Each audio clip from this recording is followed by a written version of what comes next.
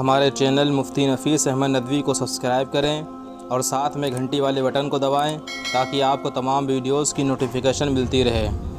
اعوذ باللہ من الشیطان الرجیم، بسم اللہ الرحمن الرحیم، الحمد للہ رب العالمین، الرحمن الرحیم، مالک یوم الدین، ایاک نعبد و ایاک نستعین، اهدنا الصراط المستقيم، صراط الذين أنعمت عليهم غير المغضوب عليهم ولا الضالين۔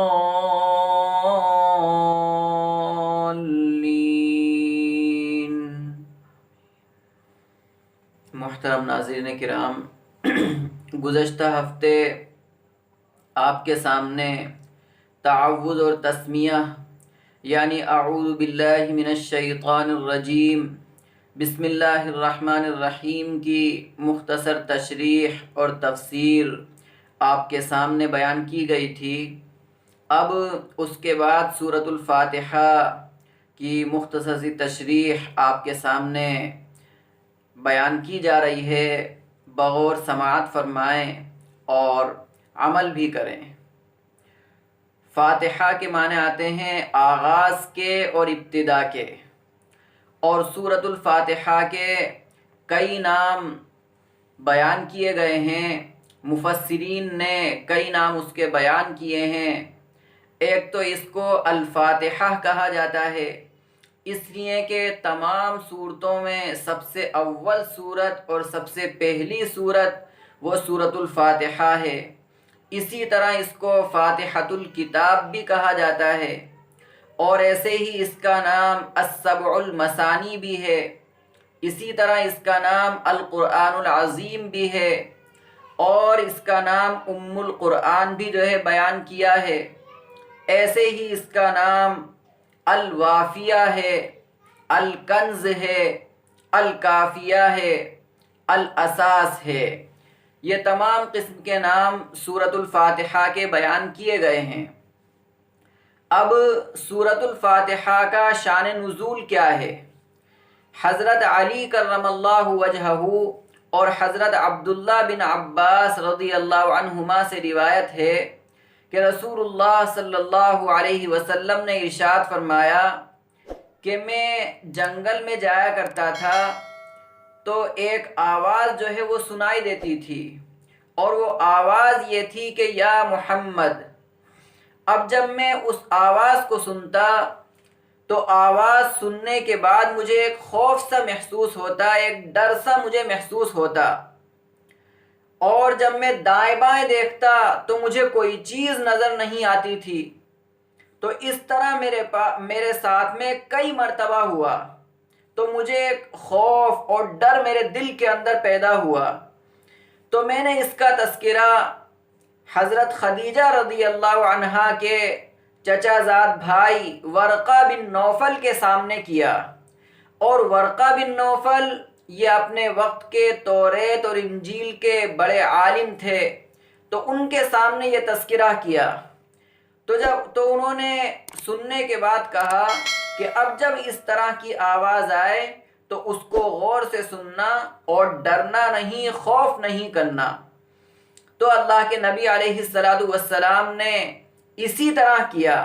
کہ جب آپ جنگل کے اندر گئے اور پھر اسی طرح آپ کو جو ہے وہ یا محمد کے لفظ سے پکارا گیا، تو آپ نے اس کی طرف جو ہے اپنا کان لگا لیا، غور سے آپ اس کو جو ہے سننے لگے، اور پھر آپ نے کہا لبیک، میں حاضر ہوں۔ تو پھر جواب آپ کو دیا گیا کہ میں جبریل ہوں، جبریل علیہ السلام ہوں۔ اور پھر اس کے بعد اللہ کے رسول علیہ السلام سے حضرت جبریل علیہ السلام نے کہا کہ کہو اشہد ان لا الہ الا اللہ واشہد ان محمدا عبدہ ورسولہ۔ پھر اسی طرح دوسری مرتبہ کہا کہ کہو، اور پھر کیا کہلوایا گیا؟ پھر آپ سے الحمدللہ رب العالمین پوری صورت یعنی وللضالین تک اسی طرح آپ سے کہلوائی گئی، آپ سے جو ہے پڑھوائی گئی۔ تو گویا کہ شان نزول اس کا یہ ہے، سورۃ الفاتحہ کا شان نزول مفسرین نے یہ بیان کیا ہے۔ اب اس کی سب سے پہلی آیت ہے الحمدللہ رب العالمین۔ الحمد، حمد کے معنی، حمد کے لفظی معنی آتے ہیں تعریف کے، یہاں اس سے مراد اللہ تعالیٰ کی فضیلت اور اللہ تعالیٰ کی تعریف بیان کرنا ہے۔ ایسے ہی ایک لفظ آتا ہے مدح، اور مدح اس کو کہتے ہیں کہ جس کے اندر صفات ہوں، چاہے وہ اختیاری ہوں یا غیر اختیاری ہوں، اور مدح کا لفظ وہ انسان کے لیے،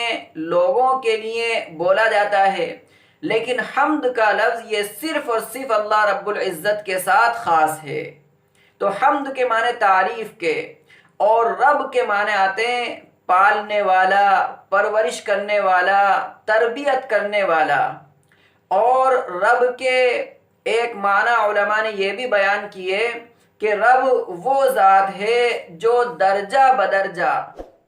تمام مصلحتوں کی رعایت کے ساتھ کسی چیز کو اس کے حد کمال تک پہنچائے۔ یہ جو ہے رب کے معنی بیان کیے، اور بعض علماء مفسرین نے اس کے معنی یہ بیان کیے کہ رب اس ذات کو کہیں گے جو پیدائش سے لے کر موت تک تمام قسم کی ضروریات کا انتظام کرنے والا اور اس کی کفالت کرنے والا ہو، وہ رب کہلائے گا۔ تو پوری آیت کا ترجمہ ہوگا الحمدللہ رب العالمین، تمام تعریفیں اس اللہ کے لیے ہیں جو رب العالمین ہے، جو عالمین کا پروردگار ہے۔ اب یہاں پر عالمین کا جو لفظ استعمال کیا وہ بھی جمع استعمال کیا، عالم اس کا واحد ہے اور عالمین اس کی جمع ہے۔ تو اس کی تشریح میں مفسرین نے یہ بات لکھی کہ کئی عالم ہیں، ہم اور آپ تو سمجھتے ہیں کہ بس ایک ہی عالم ہے، لیکن کئی عالم ہیں جو مفسرین نے بیان کیے کہ جیسے جنات کا عالم ایک الگ ہے،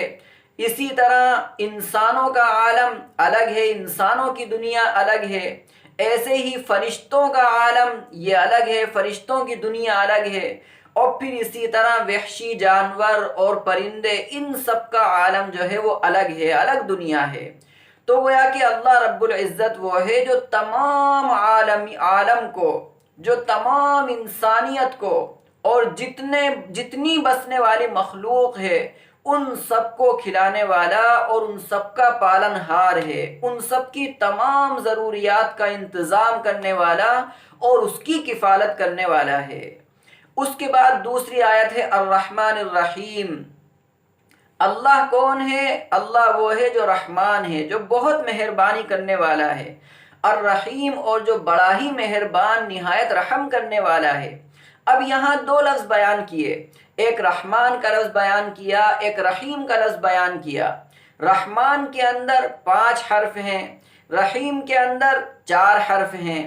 اور رحمان کا لفظ یہ دنیا کے ساتھ خاص ہے، رحیم کا لفظ یہ آخرت کے ساتھ خاص ہے۔ رحمان اس کو کہیں گے کہ جو دنیا کے اندر جتنی بسنے والی مخلوق ہے اور جتنے بسنے والے انسان ہیں اور لوگ ہیں، سب پر مہربانی کرنے والا، چاہے اس میں مسلمان ہوں، کافر ہوں، مشرک ہوں، یہودی ہوں، عیسائی ہوں، مجوسی ہوں، جینی ہوں، بدھسٹ ہوں، تمام مخلوق چاہے وہ کسی بھی مسلک کا، کسی بھی مذہب کا، اللہ کو ماننے والا بھی شامل ہے اس میں اور نہ ماننے والا بھی شامل ہے۔ تو یہ رحمان یعنی اللہ کی مہربانی دنیا کے اندر جو ہوگی وہ ان سب پر ہوگی، اس میں کوئی جو ہے تفریق نہیں ہوگی۔ لیکن رحیم یہ آخرت کے ساتھ میں خاص ہے کہ اللہ کی مہربانی آخرت میں جو ہوگی وہ ان لوگوں کے ساتھ ہوگی جو اللہ کے فرما بردار رہے، جو اللہ کے مطیع رہے، جو اللہ کے اطاعت گزار بندے رہے، جو اللہ کے برگزیدہ بندے رہے، تو اللہ ان پر مہربانی فرمائے گا آخرت کے اندر۔ تو الرحمن الرحیم جو بڑا مہربان اور نہایت رحم کرنے والا ہے۔ مالک یوم الدین،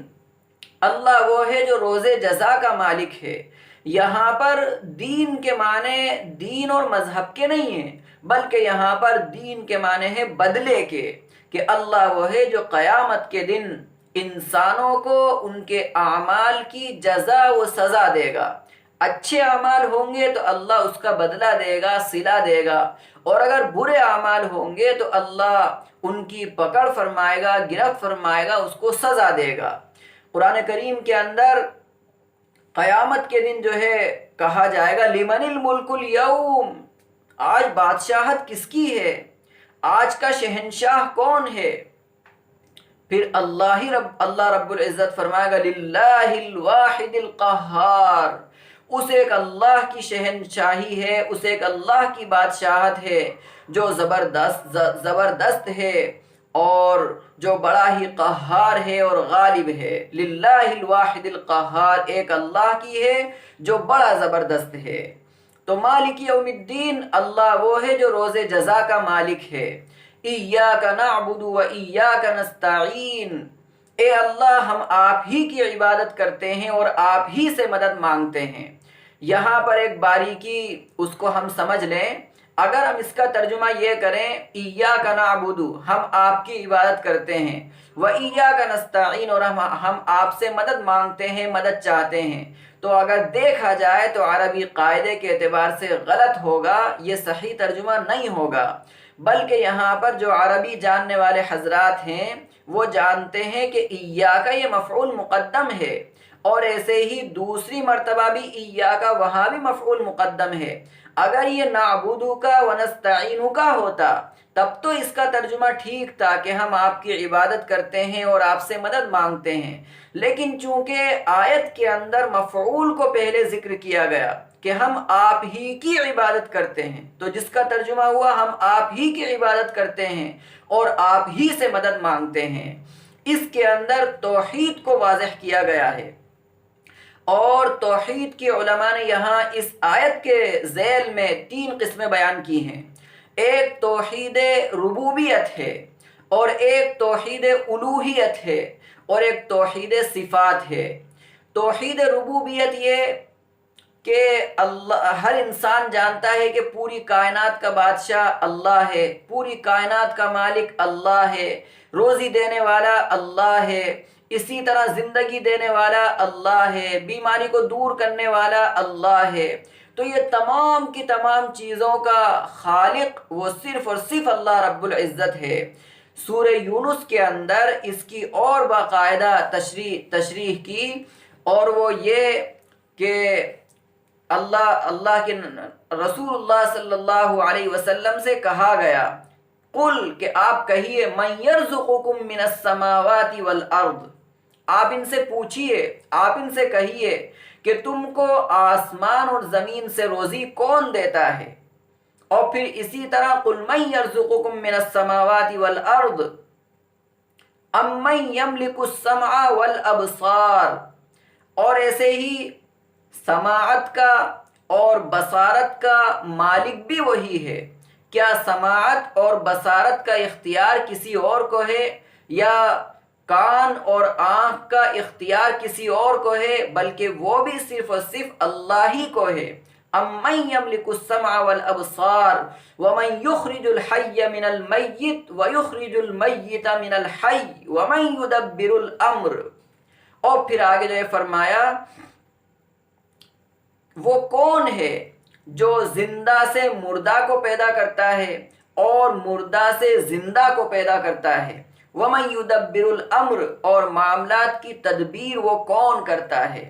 فَسَيَقُولُونَ اللَّهُ، تو جب ان سے یہ پوچھا جائے گا تو وہ سب کے سب کہیں گے کہ وہ صرف اور صرف اللہ ہے۔ فَسَيَقُولُونَ اللَّهُ، وہ سب کہیں گے کہ اللہ ہے۔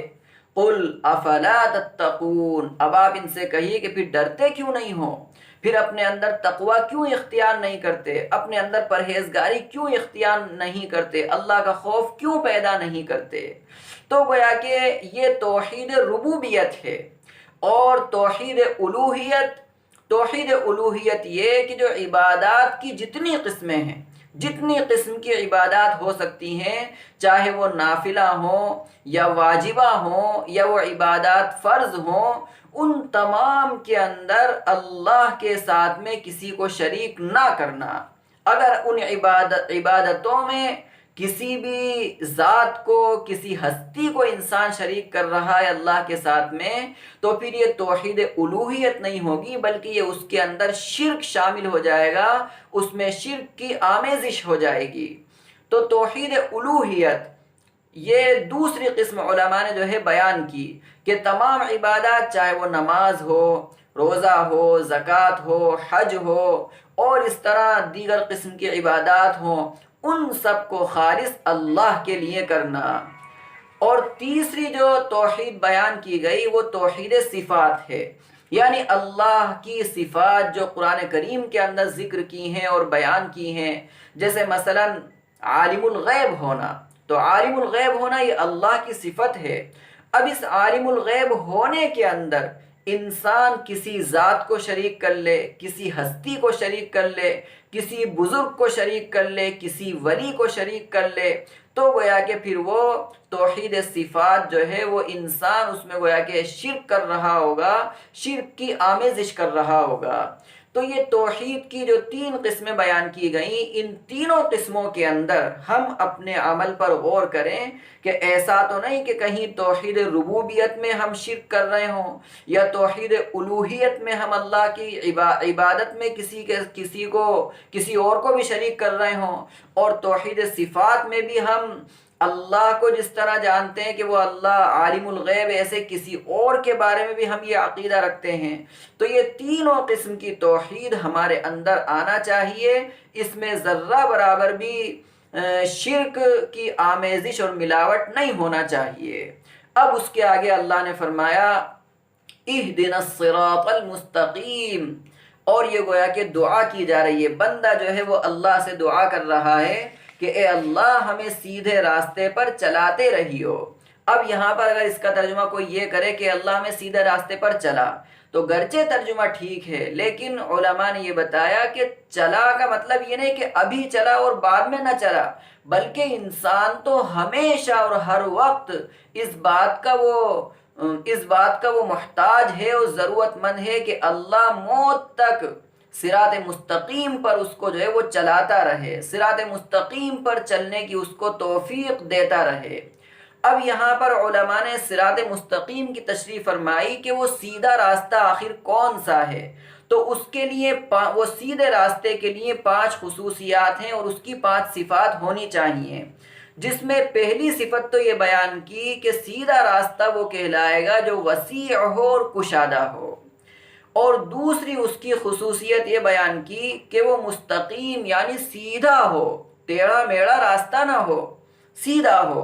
اور تیسری یہ بیان کی کہ وہ سب سے زیادہ نزدیک اور قریبی ہو، بہت زیادہ دور کا راستہ نہ ہو، اور چوتھی جو اس کی خصوصیت بیان کی وہ یہ کہ منزل مقصود پر پہنچانے والا ہو، اور پانچویں جو اس کی صفت بیان کی کہ وہ منزل مقصود کے لیے اس راستے کے سوا کوئی دوسرا راستہ نہ ہو۔ تو جس راستے کے اندر یہ 5 خصوصیات اور صفات پائی جائیں گی وہ صراط مستقیم کہلائے گا۔ تو انسان اس کی بھی جو ہے اللہ سے دعا کرتا رہے کہ اے اللہ صراط مستقیم پر ہمیں چلاتے رہیو، ہمیں موت تک تادم حیات صراط مستقیم پر چلاتے رہیو، اس پر چلنے کی توفیق دیتے رہیو۔ اب اس کے آگے اللہ نے فرمایا اہدنا الصراط المستقیم صراط الذین انعمت علیہم۔ اب سوال یہاں پر یہ پیدا ہوتا ہے کہ وہ سیدھا راستہ کن لوگوں کا ہے، وہ اللہ کے کون سے بندے ہیں جو سیدھے راستے پر چلے ہیں؟ تو بندہ جو ہے اس کی بھی اللہ سے دعا کر رہا ہے صراط الذین انعمت علیہم، کہ اے اللہ ان لوگوں کے راستے پر ہمیں چلا جن پر آپ نے انعام فرمایا، جن پر آپ نے انعام کیا۔ اور وہ انعام پانے والے کون ہیں، وہ انعام یافتہ حضرات کون ہیں؟ قرآن کریم نے اس کو بیان کیا فَأُولَئِكَ مَعَ الَّذِينَ أَنْعَمَ اللَّهُ عَلَيْهِمْ مِنَ النَّبِيِّينَ وَالصِّدِّيقِينَ وَالشُّهَدَاءِ وَالصَّالِحِينَ، کہ سب سے اول انبیاء کا راستہ، تو انبیاء کا جو راستہ ہے وہ صراط مستقیم کا راستہ ہے، والصدیقین، اور جو صدیقین ہیں ان کا راستہ بھی صراط مستقیم کا راستہ ہے، من النبیین والصدیقین والشہداء، اور جو شہداء ہیں، جو اللہ کے راستے میں شہید ہو گئے ہیں، وہ جس راستے پر چل کر گئے ہیں وہ راستہ بھی صراط مستقیم ہے، وہ سیدھا راستہ ہے۔ اور والصالحین، اور جو نیک بندے ہیں، جو اللہ کے فرما بردار ہیں، ان کا وہ جس راستے پر چلے ہیں وہ راستہ بھی صراط مستقیم ہے۔ تو اے اللہ ہمیں ان حضرات کے اور ان لوگوں کے راستے پر چلا، صراط الذین انعمت علیہم غیر المغضوب علیہم ولا الضالین، اور اے اللہ ان لوگوں کے راستے پر نہ چلا جن پر آپ کا غضب نازل ہوا، ولا الضالین، اور اے اللہ ان لوگوں کے راستے پر بھی نہ چلا جن پر جو گمراہ ہو گئے۔ اب یہاں پر مغضوب علیہم سے مراد جو علماء نے لیے وہ یہود ہیں، یہودی ہیں، کہ یہودی وہ ہیں جن پر اللہ کا غضب نازل ہوا، اور ضالین سے مراد عیسائی ہیں اور نصارہ ہیں۔ اب یہاں پر صرف یہی نہیں ہے کہ مغضوب علیہم کے اندر یہودی ہی شامل ہیں اور ضالین کے اندر نصارہ بھی ہیں، بلکہ ان کے طریقے کو اختیار کرنے والے یا ان کے اعمال کو اختیار کرنے والا جو بھی انسان ہے وہ بھی مغضوب علیہم میں شامل ہوگا اور وہ بھی ضالین کے اندر شامل ہوگا۔ علماء نے بیان کیا کہ جو اللہ کے احکام ہیں ان احکام سے سرے منہ انحراف کرنے والا، ان احکام کو پسے پشت ڈالنے والا، گویا کہ یہ بھی جو ہے مغضوب علیہم کے اندر آ جائے گا اور ولا الضالین کے اندر آ جائے گا۔ تو یہ سورۃ الفاتحہ کی جو 7 آیتیں ہیں ان کی مختصر سی تشریح جو ہے وہ آپ کے سامنے بیان کی اور عرض کی۔